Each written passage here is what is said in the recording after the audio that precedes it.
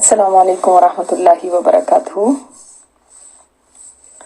الحمد للہ رب العالمین والصلاة والسلام علی اشرف الانبیاء والمرسلین، اما بعد فاعوذ باللہ من الشیطان الرجیم، بسم اللہ الرحمن الرحیم۔ رب اشرح لی صدری ویسر لی امری واحلل عقدۃ من لسانی یفقہوا قولی۔ اللہم انفعنا بما علمتنا وعلمنا ما ینفعنا وزدنا علما، آمین یا رب العالمین۔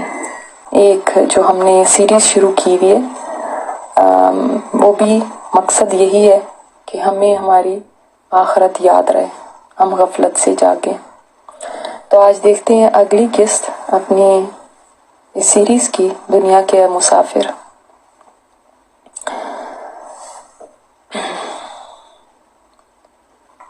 آج بارش کی جھڑی لگی ہوئی تھی، یوں لگ رہا تھا آسمان بھی رو رہا ہے۔ یہ زمین اور آسمان بھی تو روتے ہیں نا، جب کوئی ان پر سجدے کرنے والا، رکوع کرنے والا، اللہ کا ذکر کرنے والا، کوئی اللہ کا نیک بندہ چلا جاتا ہے تو یہ بھی روتے ہیں۔ اور بعض ایسے فاسق اور فاجر ہوتے ہیں کہ جن کے لیے کوئی بھی نہیں روتا، نہ آسمان اور نہ زمین۔ مجھے قرآن کی وہ آیت یاد آ گئی جس میں آل فرعون کے بارے میں کہا گیا کہ ان کے لیے نہ آسمان رویا اور نہ زمین۔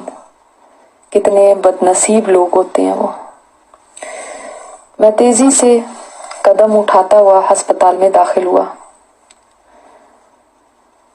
خالہ صغرا کو یہاں داخل ہوئے آج 15 دن ہو چکے تھے، مگر ان کی حالت بہتر ہونے کا نام نہیں لے رہی تھی۔ میں نے آہستہ سے ان کے کمرے کا دروازہ کھولا۔ خالہ سامنے بستر پر آنکھیں کھولے چھت کو تک رہی تھی۔ السلام علیکم خالہ۔ وعلیکم السلام بیٹا، کب آئے؟ ابھی داخل ہوا ہوں۔ کیسی ہیں آپ؟ شکر الحمدللہ بیٹا۔ اور ساتھ ہی خالہ پھوٹ پھوٹ کے رونے لگی۔ میں قدرے پریشان ہو گیا، انہوں نے کبھی ایسا کیا تو نہیں تھا، اتنی کم ہمت تو نہ تھی۔ میں نے تیزی سے آگے بڑھ کر ان کا ہاتھ پکڑ کر چوما۔ کیا ہوا خالہ جان؟ آپ ٹھیک ہو جائیں گی، کیوں روتی ہیں؟ خالہ نے بمشکل خود کو سنبھالا اور پھر کہنے لگی، بیٹا آج بڑا ہی عجیب واقعہ ہوا ہے۔ میرے ساتھ والے بستر پر ایک لڑکی تھی، کسی اونچے گھرانے کی اکلوتی بیٹی۔ آج اس کا آخری وقت جب آیا تو ڈاکٹروں اور نرسوں کا ایک ہجوم لگ گیا کمرے میں۔ اس کی سانس اکھڑ رہی تھی، آنکھیں پتھرا گئی تھی۔ ڈاکٹر صاحب نے بھی نرسوں سے کہہ دیا تھا کہ اب کچھ مزید کوشش کرنے کی ضرورت نہیں ہے، اب یہ آلموسٹ گون ہے، کہ اچانک اس کے جسم نے حرکت شروع کر دی۔ وہ یہاں میرے پاس ہی بستر پر تھی، میں نے خود اس کو دیکھا۔ اس کے چہرے پر خوف کے آثار تھے، جسم پسینے سے شرابور تھا اور اس کے ہونٹ ہلنے لگے۔ سب نے سنا، وہ تھرائی بھی آواز میں کہہ رہی تھی، سانپ سانپ، اور جیسے بچنے کے انداز میں ہاتھ پاؤں مار رہی تھی۔ حالانکہ وہ تو موت کی بے ہوشی میں جا چکی تھی، اور ایسے انسان کا آواز نکالنا یہ ڈاکٹروں کے لیے بھی حیرت کا باعث تھا، بلکہ اس حالت میں تو کوئی انسان بولنا تو دور کی بات، حرکت تک نہیں کر سکتا۔ پھر اس کو آخری ہچکی آئی اور وہ ختم ہو گئی۔ بیٹا میں اس وقت سے سخت خوف زدہ ہوں، میرے ذہن سے اس کی آوازیں نکل نہیں رہی۔ پتہ نہیں اس نے کیا ایسا کیا تھا۔ بس اتنا کہہ سکتی ہوں کہ جب بھی اس کے گھر والے آتے تھے اسے کہتے تھے فلاں جگہ کسی بیوہ کو ضرورت ہے، فلاں جگہ کسی یتیم کو ضرورت ہے، کوئی مسجد ہے، کوئی مدرسہ ہے، ان کو ضرورت ہے۔ تو باوجود اس کے کہ یہ بہت مالدار لڑکی تھی، یہ چڑ جاتی تھی، غصہ کرتی تھی، اس کو کوفت ہونے لگتی تھی اور یہ برا مانتے ہوئے کہتی تھی، مجھے کیوں کہتے ہو کہ میں دوں؟ اس کے علاوہ مجھے نہیں پتا، ہو سکتا ہے کوئی اور عمل بھی ہو، واللہ عالم۔ مگر بیٹا اگر ایسا کسی کے ساتھ ہو جائے تو وہ کیا کرے؟ کون اس کو بچائے گا؟ ڈاکٹر نرسیں تو جسم کی حد تک بچانے کی کوشش کر سکتے ہیں، مگر اللہ کے عذاب کے کوڑے سے کون بچا سکتا ہے؟ یہ کہہ کر خالہ پھر رونے لگی۔ میں نے ان کو گلے سے لگا لیا اور تسلی دینے لگا، خالہ جان آپ کیوں فکر کرتی ہیں، سب اچھا ہوگا۔ خالہ جان نے ایک دم مجھے پیچھے کر کے میری آنکھوں میں آنکھیں ڈال کے کہا، بیٹا تم کیا مجھے بچا سکتے ہو؟ میں خالہ کی اس اچانک سوال سے ہڑبڑا سا گیا، مجھے کوئی جواب نہیں بن پا رہا تھا۔ انہوں نے پھر پوچھا، بیٹا تم تو میرے سب سے لاڈلے بھانجے ہو، تم مجھے بچا سکو گے اگر میرے ساتھ کچھ ہوا؟ میری سمجھ میں نہیں آ رہا تھا میں کیا جواب دوں۔ میں نے آہستہ سے خالہ کے سر پر ہاتھ پھیرا اور کہا، خالہ آپ بہتر ہے اس وقت کچھ سوچنا چھوڑ دیں اور آنکھیں بند کر کے سو جائیں۔ شکر ہے خالہ نے میری بات سن کے آنکھیں بند کر لیں اور میں ہسپتال سے بوجھل قدموں سے باہر نکلا۔ واقعی اگر موت کے وقت عذاب سامنے آ گیا تو انسان کو کون بچا سکتا ہے؟ اگر اس وقت جہنم کے فرشتے لینے آ گئے تو کون بھلا کچھ کر سکتا ہے؟ نہ بچے، نہ والدین، نہ رشتہ دار، نہ دوست احباب اور نہ ہی کوئی بڑے سے بڑا ڈاکٹر اور نرس۔ انسان تو ابھی دنیا میں ہی ہوتا ہے اور یہ سب پیارے اس کے آس پاس ہوتے ہیں، مگر کس قدر تنہا ہو جاتا ہے کہ کوشش کے باوجود کوئی بھی اس کے لیے کچھ نہیں کر سکتا۔ کوئی کچھ کرنے کا سوال تو بات کیا ہے،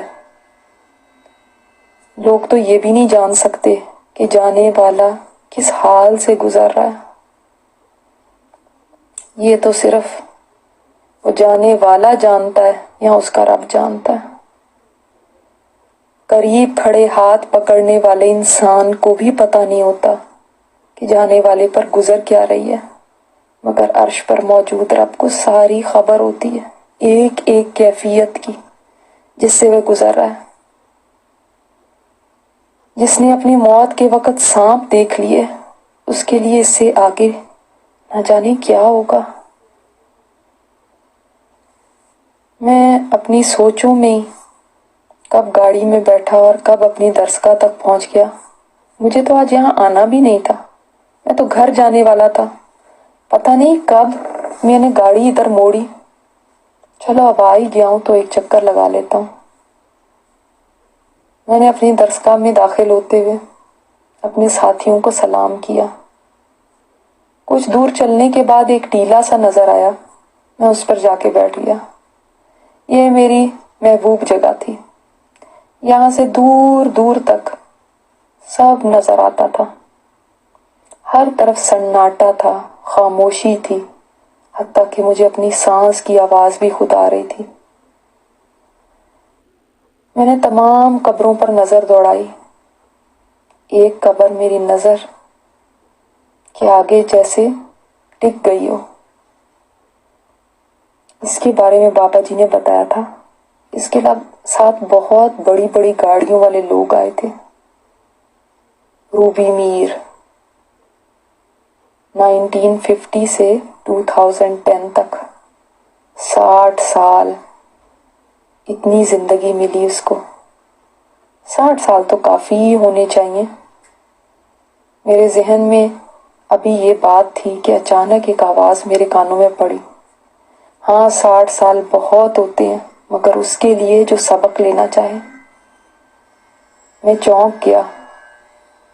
کوئی خاتون تھی جو کہہ رہی تھی، مجھے تو پتہ بھی نہیں چلا 60 سال کدھر چلے گئے، کب گزر گئے، میں نے 60 سال کی عمر پا کر بھی گنوا دی۔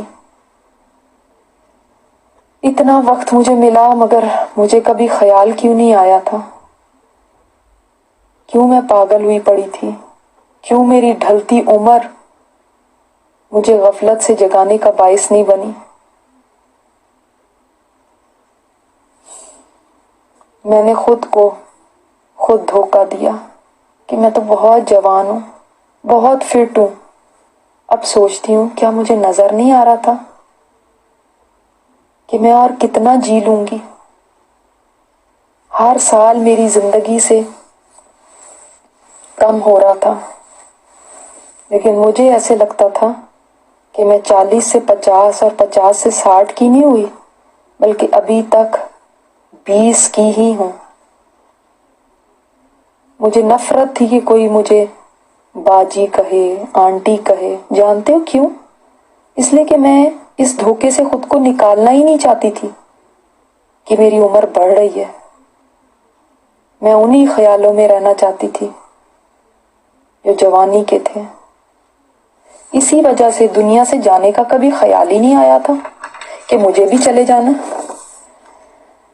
اور کسی میت والے گھر اگر چلی جاتی اور ذہن میں کبھی کوئی خیال آ ہی جاتا کہ ہو سکتا ہے مجھے بھی جانا ہو، تو میں یہ سوچ کے اس بات کو جھٹک دیتی تھی کہ ابھی تو میرے سے اتنے بڑے بڑے بیٹھے ہوئے، فلاں بھی بیٹھا ہے، وہ اتنی بوڑھی ہے، ابھی ان کی باری ہے، ابھی میری تھوڑا ہی باری ہے، ابھی تو میں ینگ ہوں.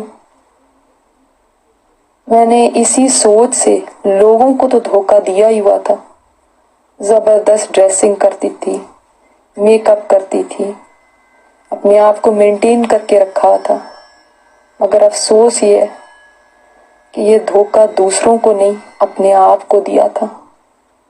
یہ کبھی خود مانا ہی نہیں کہ میری عمر کے اتنے سال گزر چکے ہیں، اب میں ڈھل رہی ہوں. نہ ہی دوسروں کو کبھی یہ یاد کروانے کی جرت دی. وہ چیخنے لگی. کیا میں پاگل ہو گئی تھی؟ کیا مجھے عقل نہیں تھی؟ کیا مجھے سمجھ نہیں تھی؟ وہ پاگلوں کی طرح اونچی آواز میں چیختی چلی جا رہی تھی اور مجھے لگ رہا تھا آسمان پھٹ جائے گا اور آج گر جائے گا اس کے چیخنے سے. اس کی کرب سے بھری چیخیں تھیں. بتاؤ میں نے کیوں نہیں ہوش کیا؟ بتاؤ میں نے کیوں نہیں اس گھر کی تیاری کی؟ بتاؤ میں کہاں گم تھی؟ بتاؤ مجھے. اس کے کرب نے مجھے بے چین کر دیا تھا. میں نے بے قراری سے سوال پوچھا، پھر آپ کے ساتھ ہوا کیا؟ مگر وہ تو جیسے دیوانی ہو چکی تھی. میرے سوال سے بے نیاز اپنی دھن میں بولی چلی جا رہی تھی. میں کس سے شکایت کروں؟ میں اب کس کا گریبان پکڑوں؟ میں کس کو الزام دوں؟ مجھے یہ احساس اتنا ستا رہا ہے، اتنی پشیمانی ہے کہ اگر میں زندہ ہوتی تو خودکشی کر لیتی. ہاں، میں خود کو مار لیتی. تم نہیں جانتے میں کس کرب سے گزر رہی ہوں، اور ابھی تو قیامت بھی نہیں آئی اور مجھے پتا چل رہا ہے کہ میرے پاس کچھ بھی نہیں ہے. ابھی بھی مجھ پر سختی کا وقت ہے، تو آگے میرا کیا ہوگا؟ تم بتاؤ اب میں کیسے واپس جا کے سب ٹھیک کر لوں؟ تم بتاؤ، تم تو سمجھدار ہو نا، تم مجھے بتاؤ اب میں کیا کر سکتی ہوں؟ اس قدر بے چینی اور لاچاری سے یہ پوچھ رہی تھی اور میرے پاس کوئی جواب نہیں تھا اس کے سوال کا. اس خاموش بستی میں اس کی آواز کا شور ہر طرف گونج رہا تھا. پھر نہ جانے مجھے کیا ہوا، ایک دم میں پھوٹ پھوٹ کے رونے لگا اور وہ مسلسل چیختی جا رہی تھی. بتاؤ اب میں کیا کروں؟ بتاؤ اب میں گزرے وقت کو کیسے واپس لاؤں؟ میرے پاس تو کوئی بہانہ نہیں کہ مجھے ٹائم نہیں ملا. میں تو یہ بھی نہیں کہہ سکتی کہ مجھے زندگی نے مہلت ہی نہیں دی. میرے پاس تو 60 سال کی عمر تھی. میرے سب ایکسکیوز ختم ہو گئے. میں دیکھتی تھی میرے بال سفید ہو رہے ہیں، مگر میں نے اس طرف توجہ ہی نہیں دی اور بالوں کو رنگ کے سوچا میں تو ابھی جوان ہوں. میں دیکھتی تھی میرے چہرے پہ جھریاں آ رہی ہیں، مگر میں نے اس حقیقت کو ماننے سے ہی انکار کر دیا. میں دیکھتی تھی کہ میری نظر دن بدن گر رہی ہے، مگر میں نے اس کو خوراک کا قصور کہہ کے اگنور کر دیا. میں دیکھ رہی تھی کہ میرے جسم میں اب اتنی طاقت نہیں رہ رہی. مگر میں نے اس کو وائٹامن کی کمی قرار دے دیا۔ دیکھو میرے پاس کتنے سارے پیغام دینے والے پیغام لے کر آئے کہ زوبی جانے کا وقت قریب آ رہا ہے، مگر کیا ہو جاتا ہے زندہ انسان کو کہ وہ ہر پیغام کو نظر انداز کرتا چلا جاتا ہے۔ اس کی نظر کمزور ہو رہی ہوتی ہے، اس کے کان اونچا سننے لگتے ہیں، اس کا چہرہ اس کو بتاتا ہے کہ وہ بڑھاپے کی طرف جا رہا ہے، اس کے بال سفید ہونے لگتے ہیں، اب اس کی کمر جھکنے لگتی ہے، اس کی ہمت پہلے جیسی نہیں رہتی، مگر کیوں وہ سمجھتا نہیں ہے کہ میں کس طرف کو جا رہا ہوں؟ کیوں اس کو تب بھی یاد نہیں رہتا کہ جانے کا وقت اب قریب آ رہا ہے؟ یوں لگتا ہے زندگی کا نشہ ایسا ہے جو ہوش میں آنے ہی نہیں دیتا، اور جب یہ نشہ اتر جاتا ہے تو ہوش میں آنے کا کوئی فائدہ نہیں رہتا۔ اس کی آواز اب ہلکی ہو گئی تھی، یوں لگ رہا تھا وہ چیخ چیخ کے تھک چکی ہے۔ پھر وہ ایک ٹھنڈی آہ بھر کے کہنے لگی، یہ مجھ سے کہتے ہیں عمل دکھاؤ، میں کہاں سے عمل لاؤں؟ میں کہاں سے عمل لاؤں؟ میں کیا دکھاؤں؟ میں نے تو کوئی عمل جمع ہی نہیں کیا زندگی میں، یہ کبھی یہ سوچ آئی ہی نہیں۔ جنید، یہ قبر بڑی خوفناک جگہ ہے، اس کے لیے تم کچھ جمع کر لینا۔ واقعی دنیا کی زندگی دھوکے کا سامان ہے، لیکن اس کا دھوکا یہاں آ کے کھلتا ہے۔